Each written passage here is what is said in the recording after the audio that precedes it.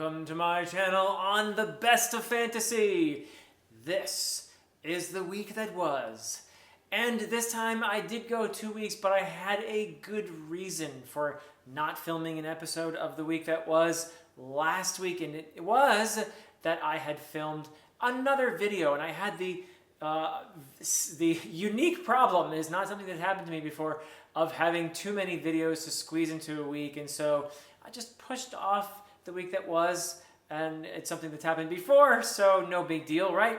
And I think the video that I did put out last Saturday was very much worthwhile, so I was quite happy with it. And I'll be talking about it in a moment. But first, a little writing update.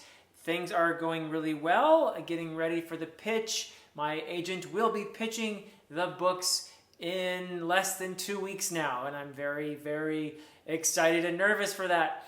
And in the lead up to that, I think I've mentioned before that I've asked several authors to take a peek at my book, the first one in the trilogy, and perhaps if they like it enough, to write a little blurb of support, an endorsement, so that might appear on the book itself if a publisher picks it up. And that, I have to say, has been really exhilarating.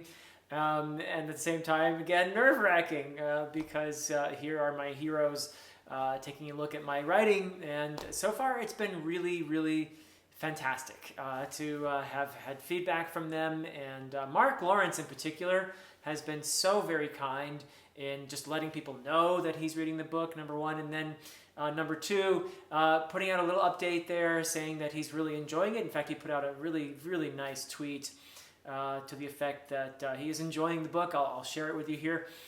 And yeah, I'm blown away by his kindness and the kindness and generosity of all you wonderful people that I have been so fortunate to meet through this platform. It's been just wonderful. And I have to say I'm humbled, and I'm also really, really grateful for all the interest that you have expressed in my books. And I think I'm getting close. Fingers crossed. I think I'm getting close. So let's see what happens with that. And yeah, what's going on here on the channel? Lots of exciting things. I had a lot of Viking related content.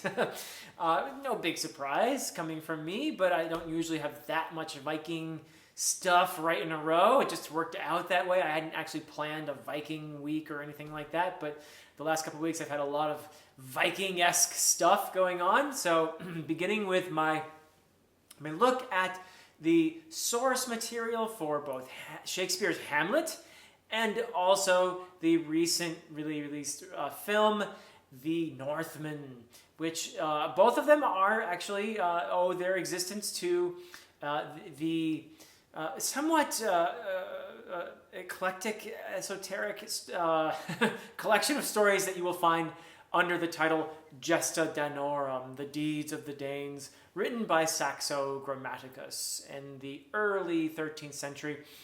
And this is where, yes, we get the original tale of Amleth. That is an interesting source material for things like Hamlet and the Northman.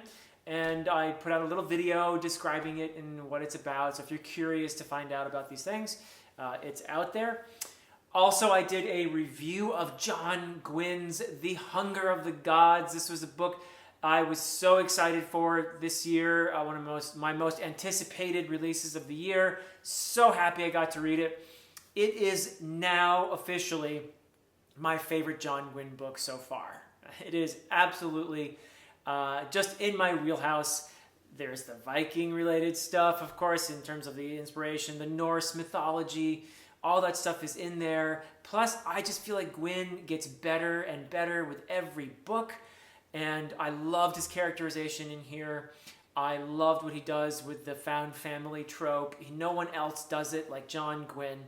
And there's just, in spite of the fact that he does nail the Icelandic saga vibe, which is very stark and bare, he still manages to infuse this story with the usual heart that you expect from a John Gwynne book. So The Hunger of the Gods, is my absolute favorite, book 2 of the Bloodsworn trilogy of John Gwynne's books so far. And I am going to say right now that if Mr. Gwynne sticks the landing this trilogy is almost certainly, and it is going to be among my top 10 favorite fantasy stories of all time. That is how much I'm loving the Bloodsworn trilogy so far. And I am so confident now that the third book is going to deliver. So I'm very excited for it, whenever it may be, whenever it may come out. So yeah, very excited for that. And of course, as I mentioned The Northman a little bit ago, and that I did see the movie The Northman and had a fantastic time talking about it with my good friend Dr. A.P. Canavan from A Critical Dragon. AP and I haven't had a Malazan discussion in a little while, so it was really great to get together with AP. Good to have an excuse to have a chance to talk with him. Plus, I really enjoyed the movie, and always talking to AP about any story is going to make me appreciate it more. Oh, unless it's Man of Steel or something like that. then I'll maybe understand it better, at least. But yeah, he's just so brilliant at breaking things down and analyzing stories. Plus, it's just a lot of fun to chat with him. And I felt like I also brought something to the conversation, being so steeped in Old Norse and Viking stuff. So it was a great time. It was really fun to talk about The Northman with him. And it is a film I do recommend, with the caveat that it is a very grim and violent story. So be warned if you do decide to go see it. It is brilliantly told.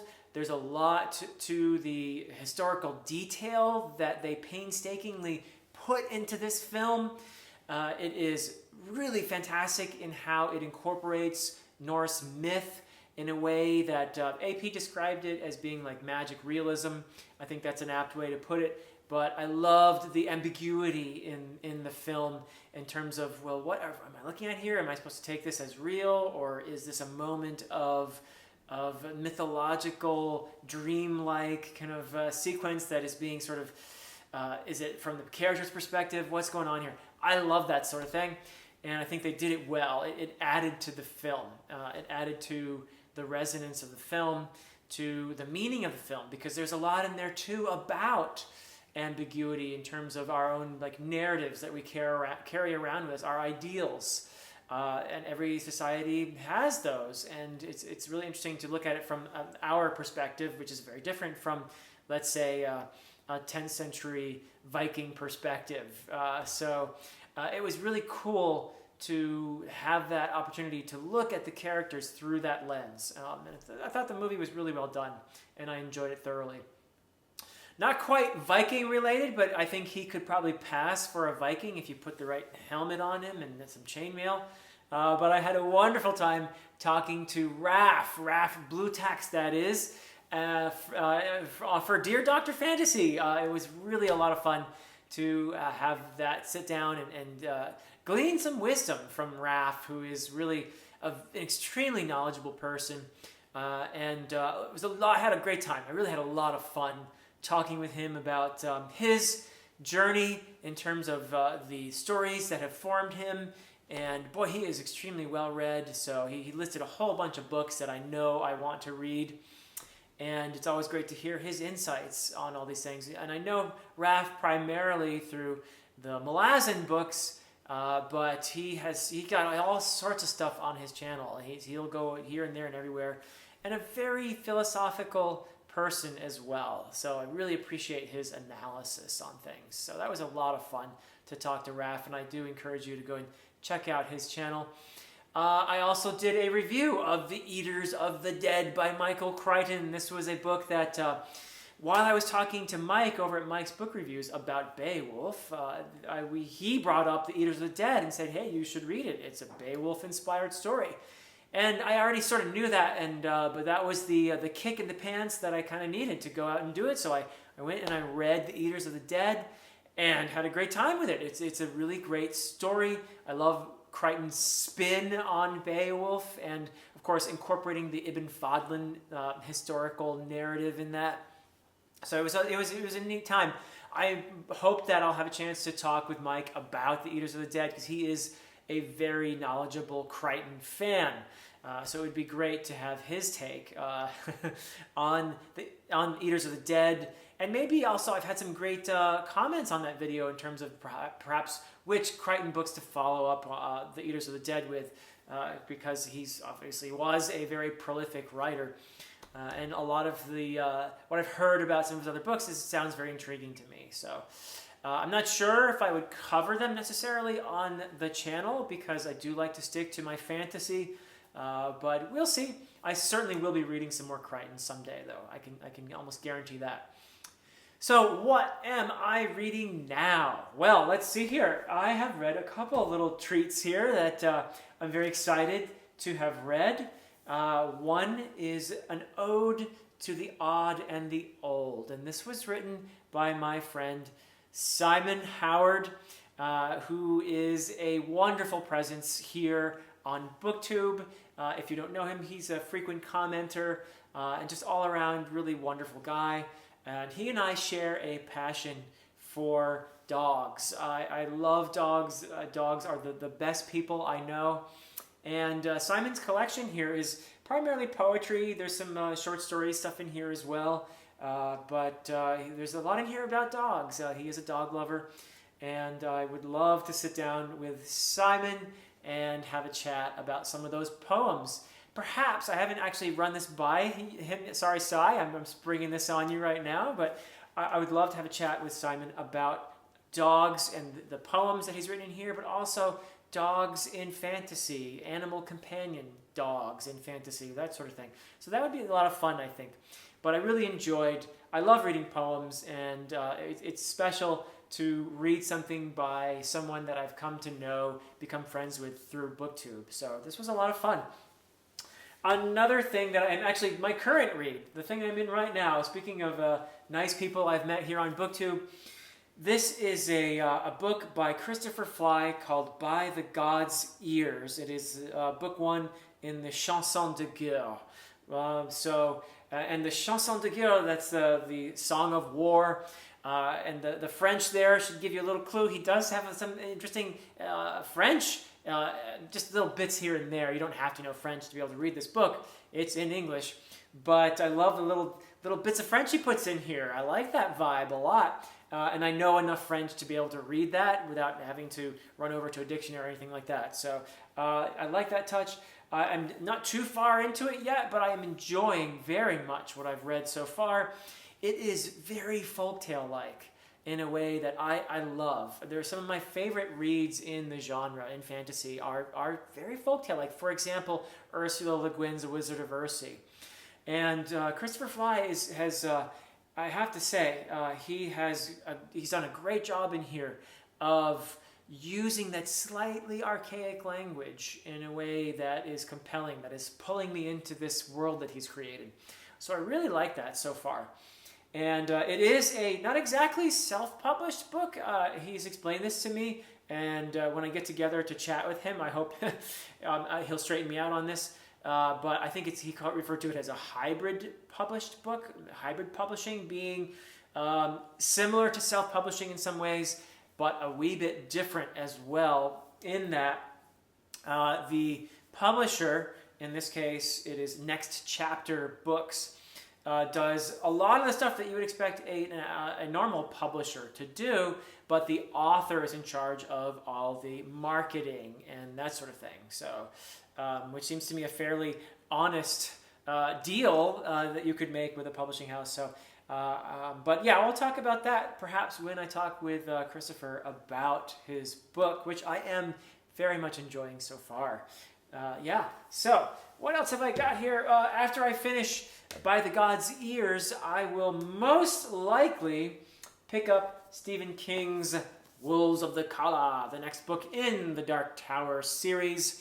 I am trying to put this off a little bit so that I'm kind of in sync with Mike over at Mike's Book Reviews and all the people on his Discord who are reading Dark Tower right now. I am very hopeful that there will be a palaver of some sort with a Dark Tower quartet once again. Yeah, I'm going to be trying to read these along with Mike, and I'm very excited to be reading this up. I might have to read it a little bit earlier. I believe that what they're doing is they're starting on the 19th of each month. So Wolves of the Kala on May 19, and then Song of Susanna is book 6 on June 19. And if you know Dark Tower, you know why it's the 19th of each month. And then the final book, The Dark Tower, on July 19. And I think they're doing Winds of the Keyhole on August 19 as well. So, yeah, I'm going to be picking this up relatively soon. And hopefully, as well as reviewing it myself, I will be having some Dark Tower discussions in the near future. After that, I anticipate that I will be reading The Crippled God. I'm hopeful that I will be reading The Crippled God. I'm not entirely sure. All depends on when Dr. Canavan and I will be getting together for our discussion of Dust of Dreams, which I do believe could be happening very soon. And once that happens, that will trigger me reading The Crippled God, followed by Ian Esselmont's A Sail, and then I will be done with Malazan, which is just incredible to me. Although I'm happy to say there'll be some more Malazan books coming out, I think in the not too distant future, because Stephen Erickson is working on the 3rd book in Carcanis, A Walk in Shadow. He is also working on the next book in the Witness trilogy, which is the one that follows The God Is Not Willing. And Ian Esselmont is working on Forge of the High Mage, which is the next book in Paths to Ascendancy. So that'll be the 4th book in the Paths to Ascendancy series. So there's some Malazan stuff coming out. I think perhaps Stephen Erickson will have some Bocaline and Corbel Brooch tales as well. So there's some good stuff out there that'll be coming. So anyway, that's what I'm going to be reading and what I am reading at the moment. So I'm very excited for all that stuff. And I also got up to some mischief elsewhere on BookTube. There was a chat released on the Brothers Gwyn on the First Law series, specifically focusing on the action in the First Law. And we went through the entire series. I think we left off, though, because Wisdom of Crows had not been published yet, I think. So we left off there. But other than that, we talked about the entire First Law series. And that was a chat we had not only with the Brothers Gwyn, but also with Mike from Mike's Book Reviews. That was a blast. That was a lot of fun. It was neat to go back and watch that chat. And a lot of great points raised there. It just was a lot of fun being reminded of why I love the First Law series so much. I mean, it's absolutely top 5 fantasy of all time for me. Brilliant stuff. Lord Grimdark really has the most amazing sense of humor and the most vivid characters I think you could ask for. Just great stuff, which is, I think, what makes those books so wonderful, really, because he is, in the sense of Grimdark, they're fairly bleak books, really. Those characters really do end up pretty alienated and shattered. It's not really a spoiler, I guess. I mean, it's a very general statement, but yeah, don't expect happy endings in First Law necessarily.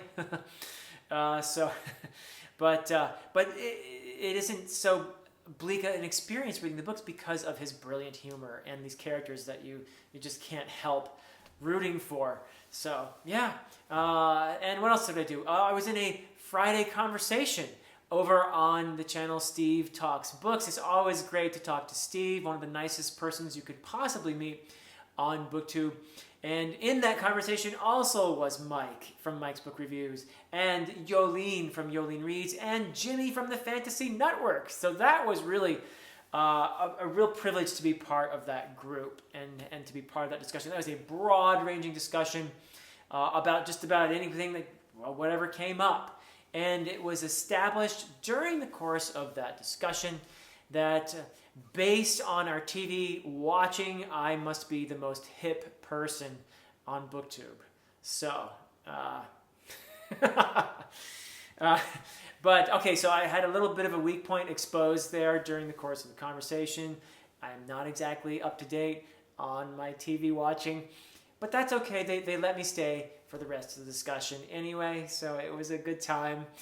And also, let's see what else happened on YouTube. So I was not in the video, but I was mentioned by the brothers Gwyn, and it was just in their April wrap-up video, their monthly update for April, where I was absolutely so grateful to be mentioned because I had asked them to check out my first book. And I am so very, very honored and so grateful to them for reading the first book in my trilogy. And I am going to be meeting with them to get some more detailed feedback from them, and I'm very excited for that. In fact, that may very well be happening as you're watching this video. So I am looking forward to getting that, because those two are so well read and so articulate and so, I think, understanding of how stories work. And they also, not only are they well read in general, but they are very well read in a lot of the things that are my particular inspirations. So I had a feeling that the two of them would get a lot of the stuff that I was doing in there right away. And based on what they said in their April wrap-up video, I'm pretty confident they did. So I was very happy to hear what they had to say. And again, just incredibly grateful for that. So yeah, that was really great to watch. I might have watched that part of the video several times. Just grinning the whole time. But I hope that you can all forgive me for that. So what else happened? I was also, I kind of sort of, well, it wasn't really me, but I sort of appeared on another channel called Hobbit Hole Books, where actually the video was called When Booktubers Get Nightmares, and I might have been the subject of a little bit of a parody there, which was incredibly funny and well done. Also, my nemesis might have a little bit of a cameo in that video, so that was a blast, and it was really cool to see what Matt over there did, and thank you, Matt, for having a great sense of humor. And I encourage you to check out his channel. It's a very new channel, and he obviously has a wonderful sense of humor. And speaking of Dr. Fantasy and Professor Fireball's parodies, I also want to give a shout out to Paul Van Dolewerd has finished his epic tale, or string of tales, maybe is the better way to put it, on Dr. Fantasy and Professor Fireballs. If you want to check that out, I will put a link in the description to his channel. You have to go to his About page, and there is a link to the adventures of Dr. Fantasy and Professor Fireballs, or something like that. I'm in the process of rereading some of the older stuff, but he has finished this monumental epic, which undoubtedly will be read for centuries, where people will be wondering just who the heck were these two goofballs that these stories were based on.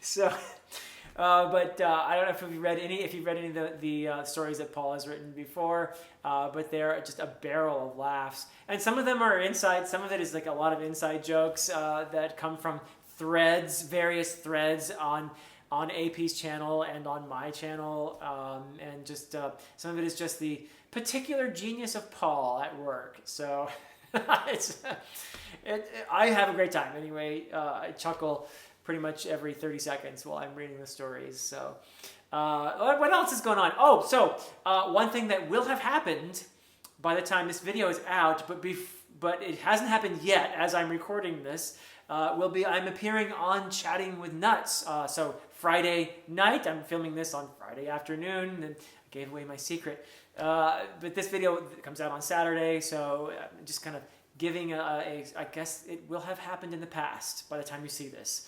Yeah, that's a little bit, I'm kind of wrapping my head around all that right now. But yes, I have been. So I'll talk about it like it happened already.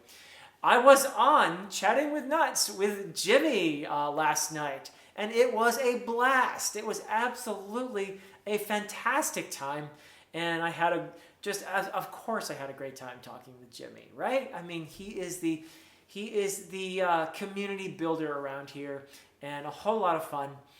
And that program, Chatting with Nuts, just sort of, I think, sets the bar for the long-form discussions that we have here that I think a lot of people are really enjoying here on BookTube. So, yes, so if you haven't seen that already, check it out. And upcoming, a couple other things are going to be happening. I'm very excited for my next Dear Dr. Fantasy. Speaking of long-form discussions, I'm going to be chatting with Library of a Viking. So that is going to be, I'm sure, I'm keeping with the Viking stuff, I guess, still. But he's a more modern-day Viking, I suppose. Great channel if you haven't seen it yet. I'm really excited to be talking with him. Something that I haven't announced yet, but it's really exciting for me to be seeing his channel grow like this. It's growing for a good reason because he makes great videos, fantastic content on his channel.